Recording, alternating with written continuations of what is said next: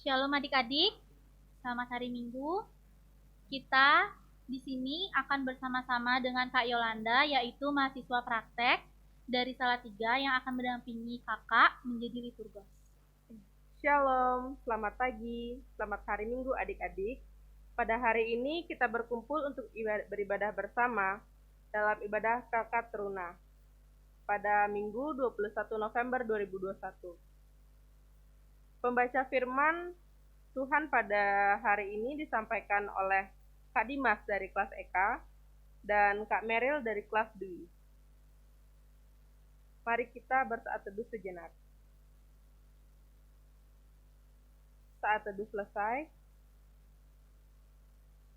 untuk memulai peribadahan kita pada hari ini, mari kita mengangkat satu pujian dari Gita Bakti 260, baitnya yang pertama dan yang kedua. Kidung yang merdu di hatiku.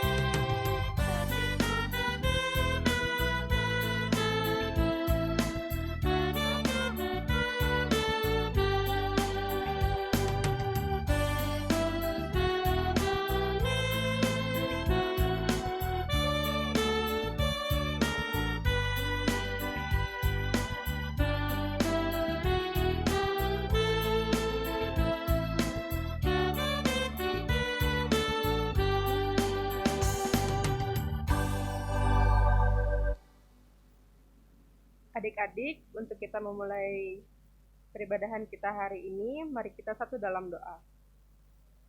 Tuhan Allah Bapa kami yang di surga, kembali kami datang ke hadirat-Mu ya Tuhan. Terima kasih karena Engkau telah menjaga dan melindungi kami dari tidur malam kami hingga bisa bangun di pagi hari ini dengan keadaan sehat. Saat ini kami anak-anak-Mu akan mengikuti ibadah dan akan mendengarkan firman-Mu. Kiranya apa yang disampaikan dapat menjadi pedoman dalam kehidupan kami ya Tuhan. Ya Tuhan, kami juga berdoa untuk rangkaian ibadah pada hari ini.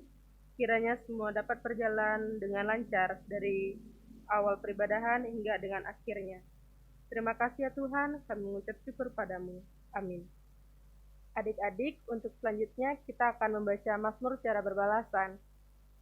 Bacaan Alkitab ini terambil dari Mazmur 138 ayat yang pertama sampai ayat yang ketiga. Kakak akan membaca ayat yang tulisannya bercetak keluar dan adik-adik bisa membacanya di ayatnya yang bercetak ke dalam. Nyanyian syukur atas pertolongan Tuhan. Dari Daud, aku hendak bersyukur kepadamu dengan segenap hatiku. Di hadapan para Allah, aku akan bermazmur bagimu. Aku hendak sujud ke arah bait-Mu yang kudus dan memuji namamu. Oleh karena kasih-Mu dan oleh karena setia-Mu. Sebab kau buat namamu dan janjimu melebihi segala sesuatu. Pada hari aku berseru, Engkau pun menjawab aku. Engkau menambahkan kekuatan dalam jiwaku. Demikian pembacaan Alkitab. Mari kita menyambut respon firman Tuhan dengan bernyanyi dari Kidung Jemaat 293, bait yang pertama, Puji Tuhan.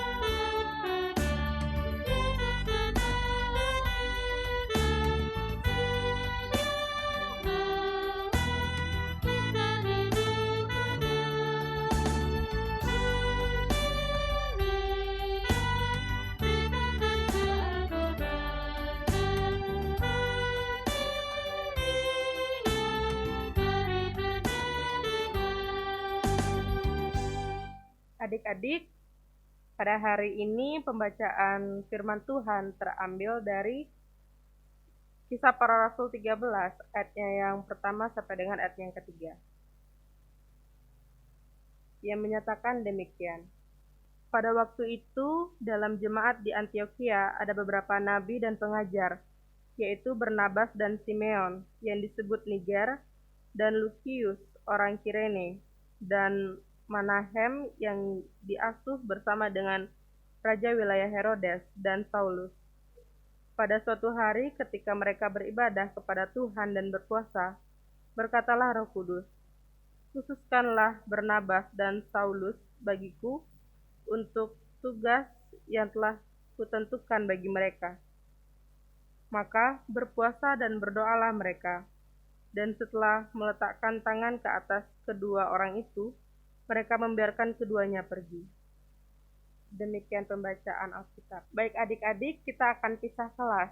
Untuk kelas EK akan didampingi oleh Kak Dimas, dan untuk kelas Dwi akan didampingi oleh Kak Merel. Pagi, adik-adik yang terkasih dalam Yesus Kristus, kembali lagi bertemu dengan Kak Merel hari ini dalam ibadah hari Minggu Persekutuan Taruna Minggu 21 November 2021. Kita akan masuk dalam firman Tuhan sesuai dengan yang sudah boleh dibacakan oleh Kak Putri tadi. Pembacaan kita terambil dari Kisah Para Rasul pasal 13, ayat yang pertama hingga ayat yang ketiga. Ya, Kisah Para Rasul pasal 13 ayat yang pertama hingga ayat yang ketiga yang diberi judul atau untuk pembelajaran kita ya, pelayanan firman Tuhan hari ini diberikan judul "Dipersatukan Kristus untuk diutusnya". Adik-adik kita baca lagi ya. Kisah Para Rasul pasal 13 ayat pertama hingga ayat ketiga menyatakan, pada waktu itu dalam jemaat di Antiokhia ada beberapa nabi dan pengajar, yaitu Barnabas dan Simeon yang disebut Niger, dan Lukius orang Kirene, dan Menahem yang diasuh bersama dengan raja wilayah Herodes dan Saulus. Pada suatu hari ketika mereka beribadah kepada Tuhan dan berpuasa, berkatalah Roh Kudus, "Khususkanlah Barnabas dan Saulus bagiku untuk tugas yang telah kutentukan bagi mereka." Maka berpuasa dan berdoalah mereka, dan setelah meletakkan tangan ke atas kedua orang itu, mereka membiarkan keduanya pergi. Cukup pendek ya adik-adik ya, 3 ayat saja yang kita baca hari ini. Nah, sebelum kita masuk lebih jauh dalam firman Tuhan, Kak Merel mau memperkenalkan 3 tokoh buat kita bersama.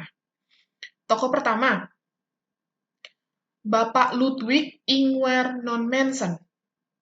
Adik-adik pernah mendengarkan nama beliau? Beliau ini adalah tokoh pekabar Injil yang berasal dari Jerman.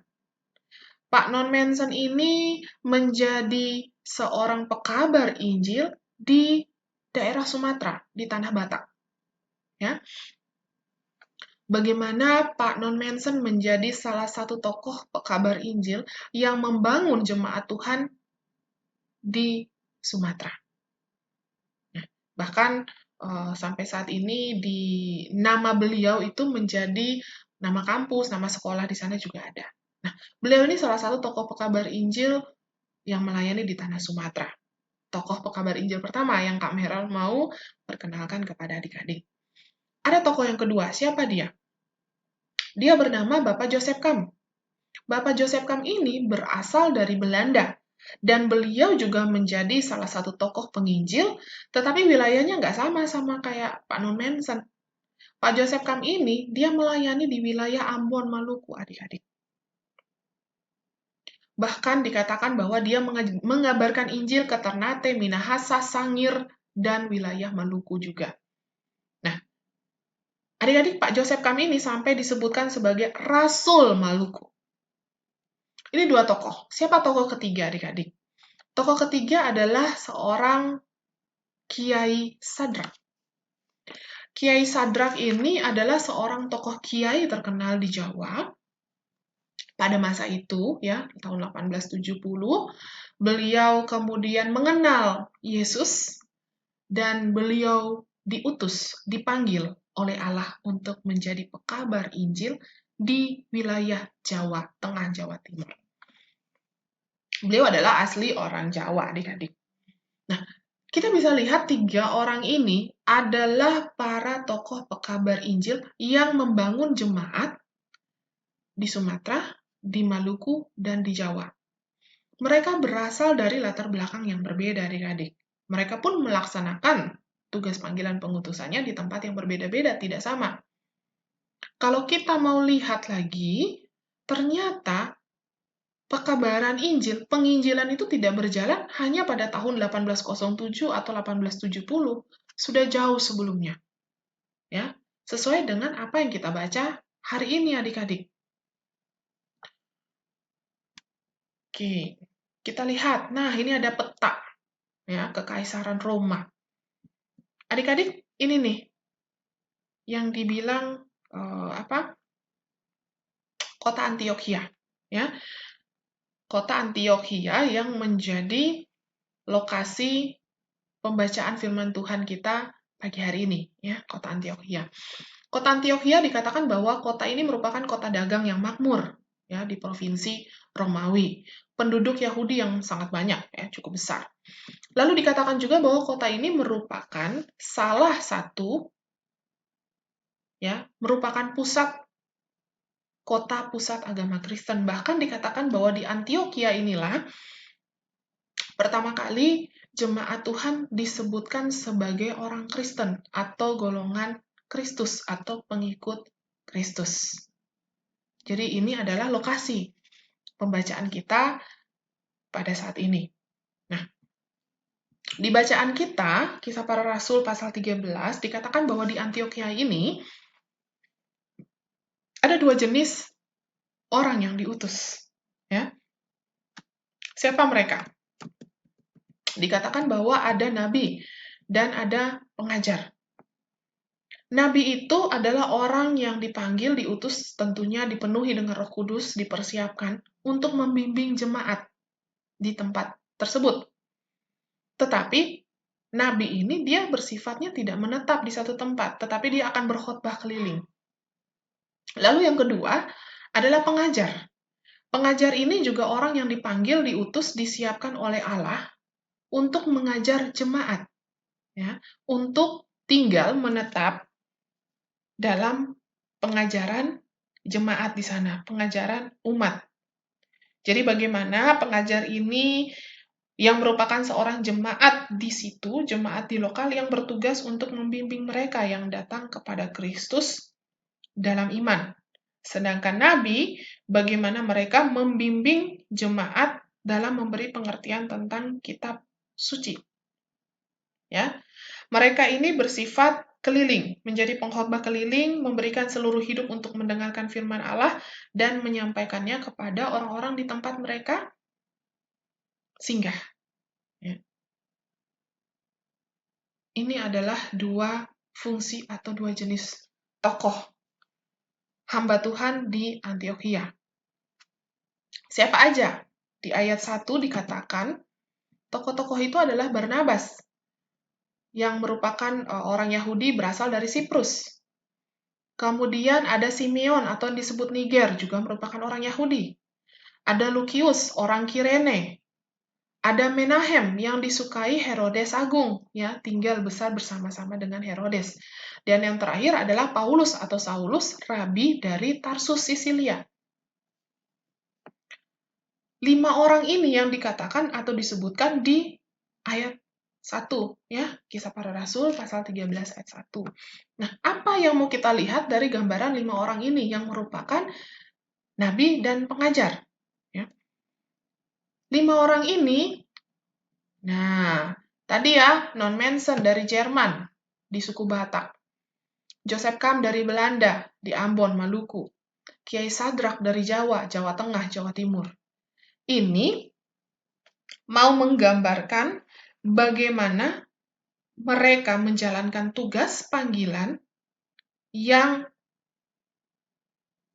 diminta, yang ditentukan oleh Allah, ya.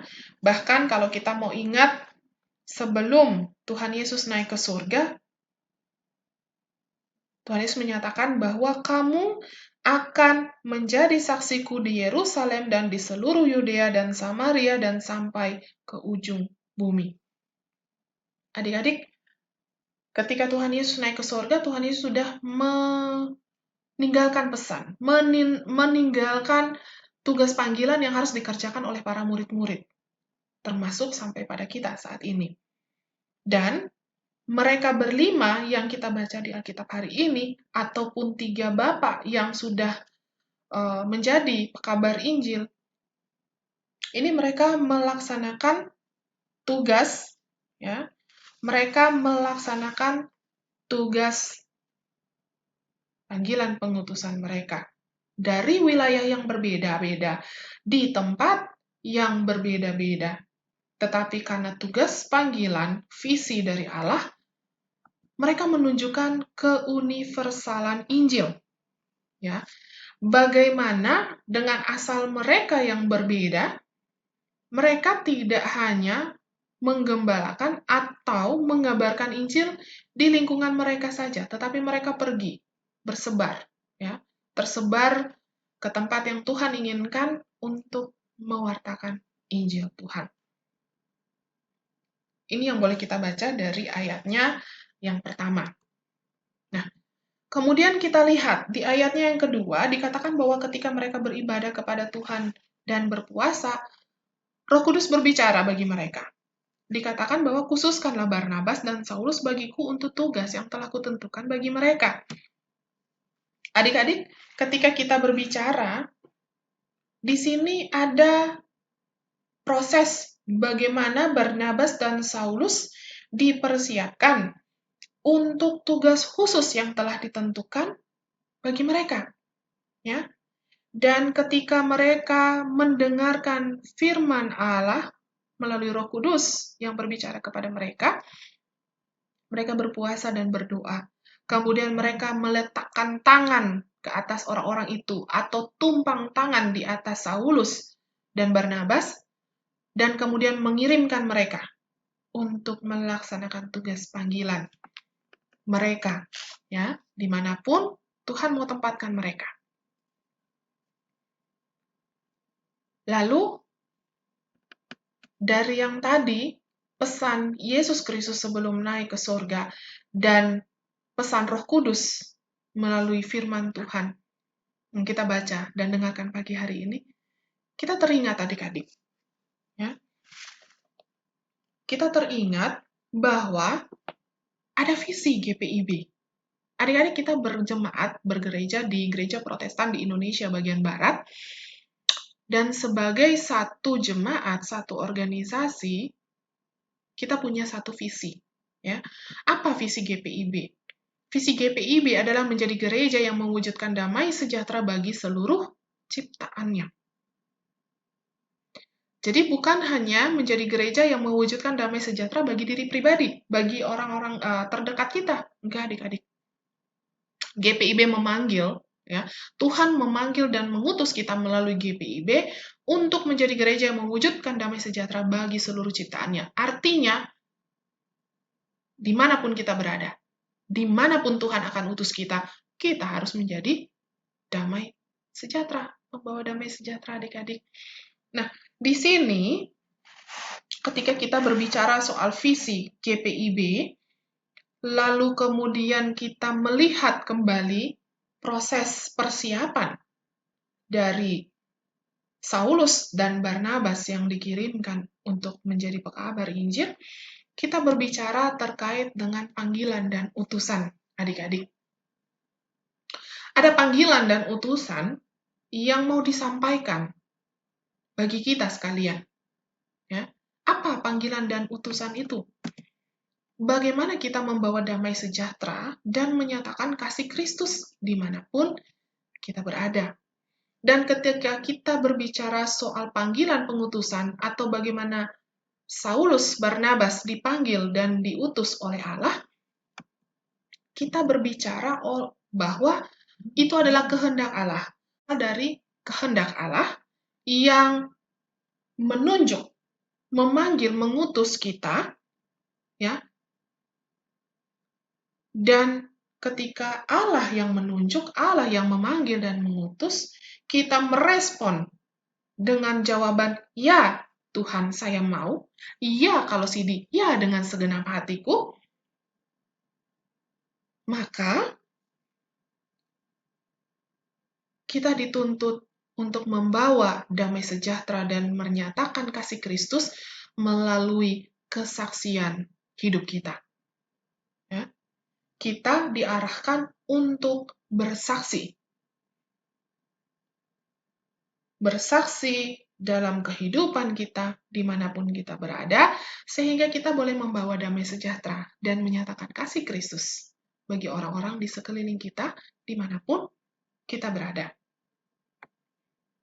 Adik-adik, kalau kita melihat zaman now, ya, ternyata khususnya kurang lebih 1,5 tahun ini ya, pandemi boleh melanda kita, dan kita bisa melihat bahwa ternyata firman Tuhan sudah bukan lagi menjadi yang utama bagi kita.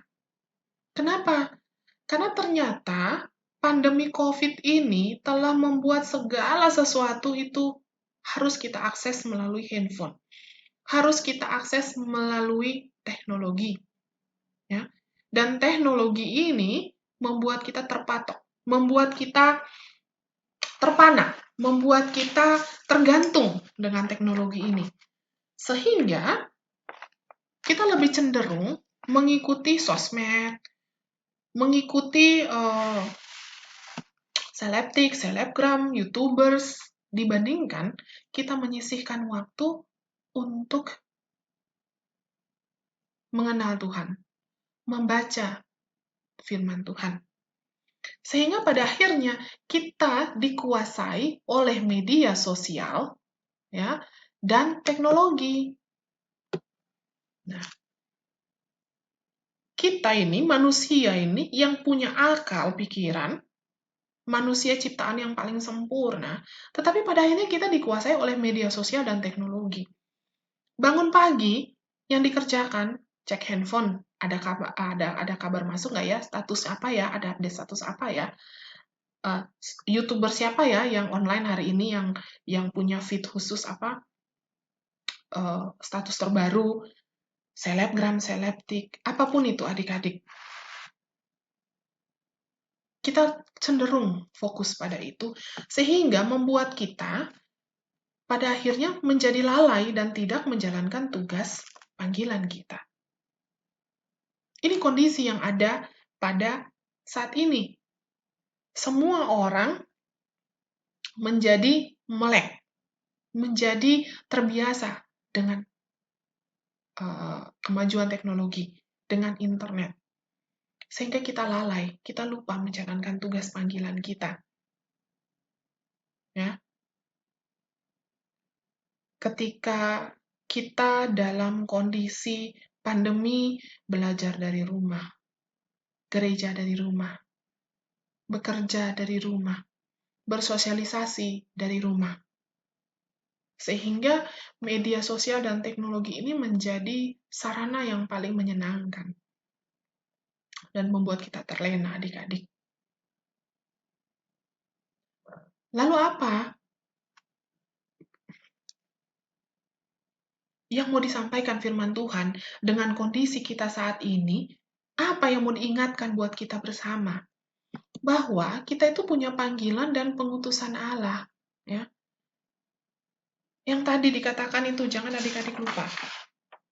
Dan kamu akan menjadi saksiku di Yerusalem dan di seluruh Yudea dan Samaria dan sampai ke ujung bumi. Bahkan visi GPIIB menyatakan menjadi gereja yang mewujudkan damai sejahtera bagi seluruh ciptaannya. Jangan sampai kita terlena dengan media sosial dan teknologi, sampai-sampai curhat di teknologi atau ngikutin hoax, pada akhirnya itu nggak jadi damai sejahtera. Kita melupakan tugas panggilan dan pengutusan kita dari Allah. Justru sebagai manusia yang diberi akal pikiran oleh Tuhan, bukan berarti kita harus, udah kamera khotbahnya begitu, pendeta bilangnya begitu, udah deh taruh aja handphone, nggak mau dah sekolah, nggak mau dah buka-buka. Kayak gitu adik-adik. Justru kita itu harus bisa bersaksi melalui media sosial, melalui tools yang kita punya. Jangan kita dikuasai, tetapi justru kita yang harus menguasai media sosial dan teknologi itu untuk menjadi sarana kita sebagai kesaksian kita, adik-adik. Apa yang perlu kita saksikan? Apa yang perlu kita nyatakan? Firman Tuhan dan karya keselamatan yang kita dapat dari Allah dalam kehidupan kita, adik-adik. So simple. Bersyukur. Terima kasih Tuhan untuk nafas kehidupan kita pagi ini.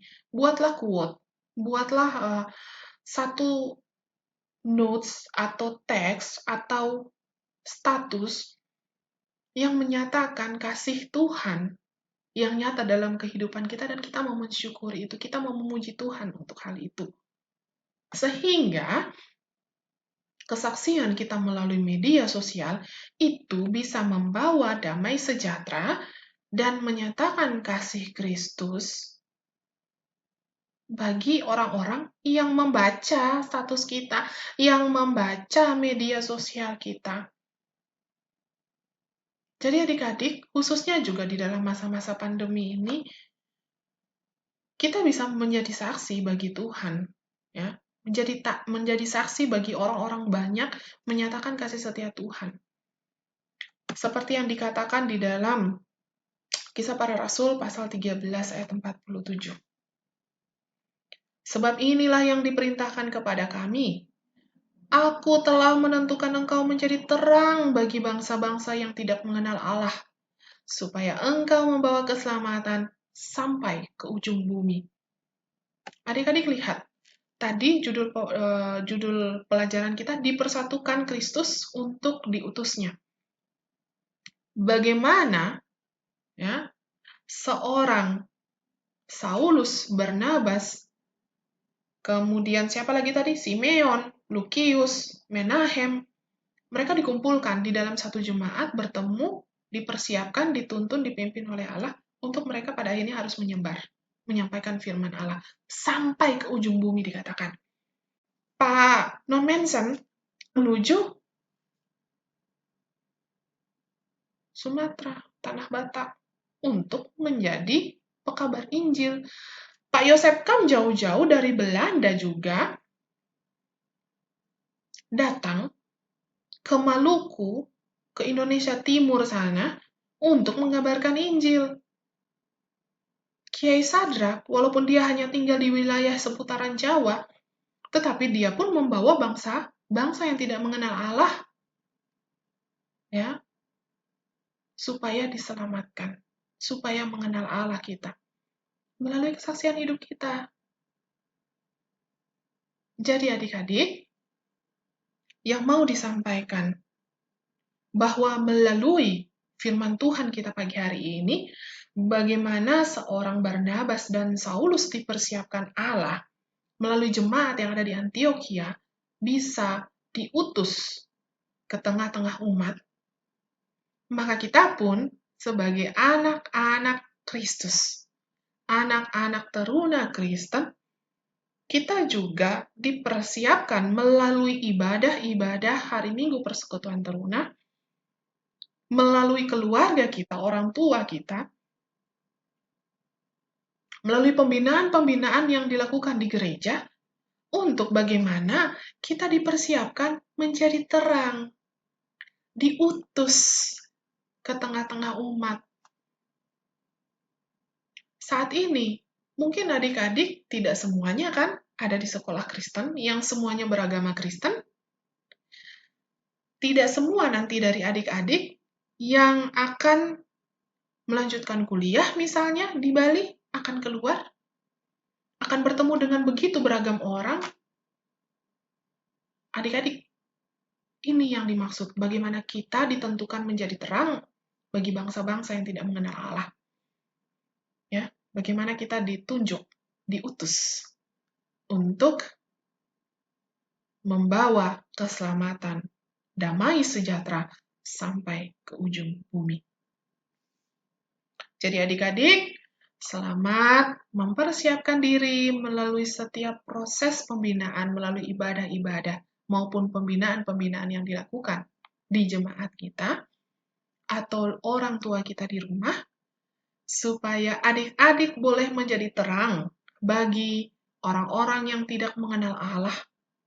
Bahkan dimanapun adik-adik ditempatkan, pada masa-masa depan adik-adik boleh dituntun, dipimpin dalam panggilan dan pengutusan Allah untuk membawa keselamatan sampai ke ujung bumi. Amin. Silakan bersaat teduh adik-adik. Baik adik-adik, mari kita merespon firman Tuhan dengan bernyanyi dari Gita Bakti 107 bait 1.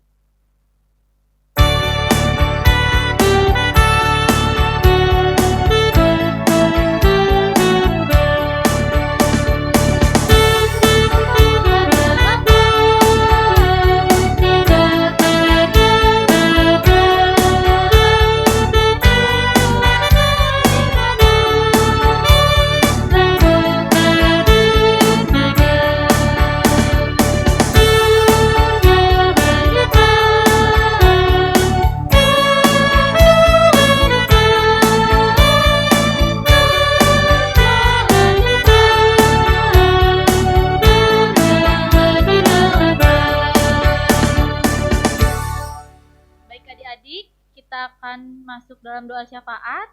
Doa syafaat akan dipimpin oleh Kak Dimas. Ya, adik-adik lain, kita masuk dalam doa syafaat. Mari kita satu dalam doa. Ya Tuhan Allah Bapa kami, terima kasih untuk kasih dan penyertaan-Mu dalam setiap aktivitas kami minggu ini.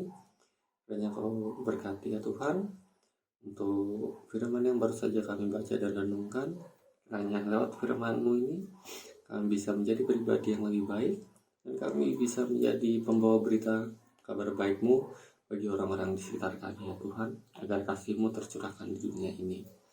Kami juga berdoa pada pagi hari ini untuk adik-adik lain kami, kiranya Kau berkati dalam setiap kegiatan mereka di rumah maupun di sekolah, kiranya Kau jaga dan lindungi, berkati dalam setiap kegiatan pembelajaran, baik itu yang tatap muka dan online. Kiranya Kau berkati agar semua berjalan dengan lancar, dan Kau berikan kesehatan, kekuatan, kebijaksanaan, dan hikmat kepada adik-adik lain kami dalam mereka dan mereka melaksanakan kegiatan mereka sehari-hari.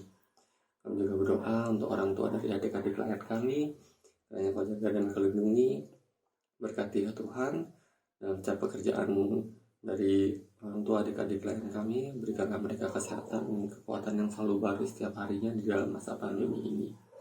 Kami juga berdoa untuk pemerintahan kami, kiranya Kau berkati pemerintahan kami dari aparat yang terkecil hingga ke jenjang tertinggi tingkat presiden. Kiranya Kau berkati ya Tuhan dalam menjalankan roda pemerintahan ini, agar semua berjalan dengan lancar dan semuanya hanya seizin-Mu saja ya Tuhan. Kami juga berdoa Kau berkati untuk kegiatan kami seminggu ke depan. Kiranya Kau jaga dan lindungi kami sehingga kami dengan Roh Kudus-Mu. Jauhkan kami dari segala macam penyakit dan orang-orang yang meniaca pada kami. Terima kasih Tuhan Yesus. Kami alaskan doa kami ini hanya di dalam doa-Mu yang sempurna. Bapa kami yang di surga, dikuduskanlah nama-Mu, datanglah kerajaan-Mu, jadikanlah kehendak-Mu di bumi seperti di sorga. Berikanlah kami pada hari ini makanan kami yang secukupnya, dan ampunilah kami seperti kami juga ampunilah kesalahan kami seperti kami juga mengampuni orang yang bersalah pada kami. Dan janganlah membawa kami pencobaan, tetapi lepaskanlah kami daripada yang jahat, karena Engkau-lah yang mempunyai kerajaan dan kuasa dan kemuliaan sampai selama-lamanya. Amin. Baik adik-adik, kita masuk dalam persembahan. Mari kita memberi persembahan sambil bernyanyi dari Gita Bakti 80, mari bawa persembahan.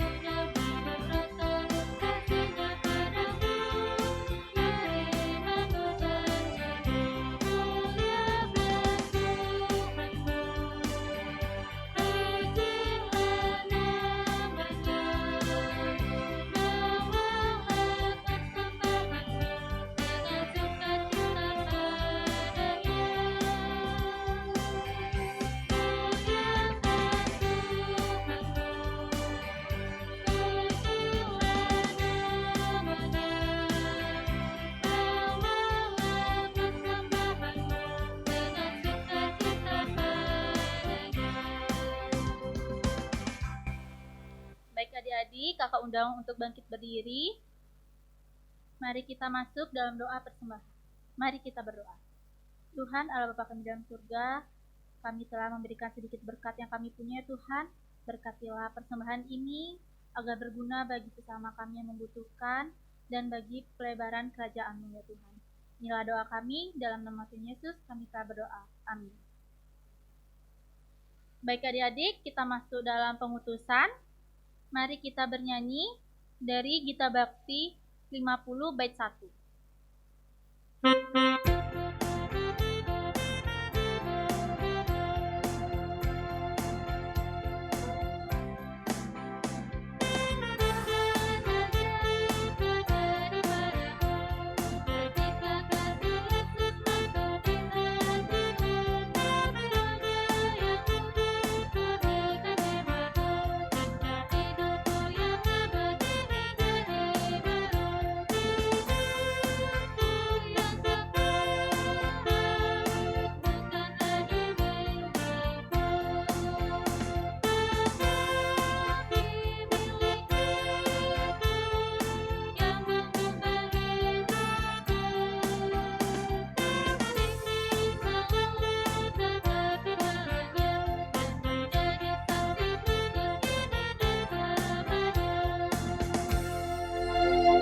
Baik adik-adik, kita masuk dalam berkat yang akan dipimpin oleh Kak Merol. Terimalah berkat Tuhan, arahkanlah hati dan pikiranmu kepada Tuhan, serta terimalah berkat-Nya.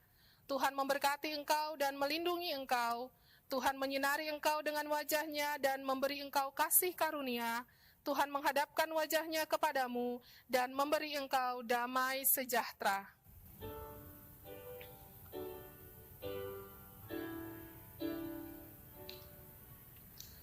Amin, amin,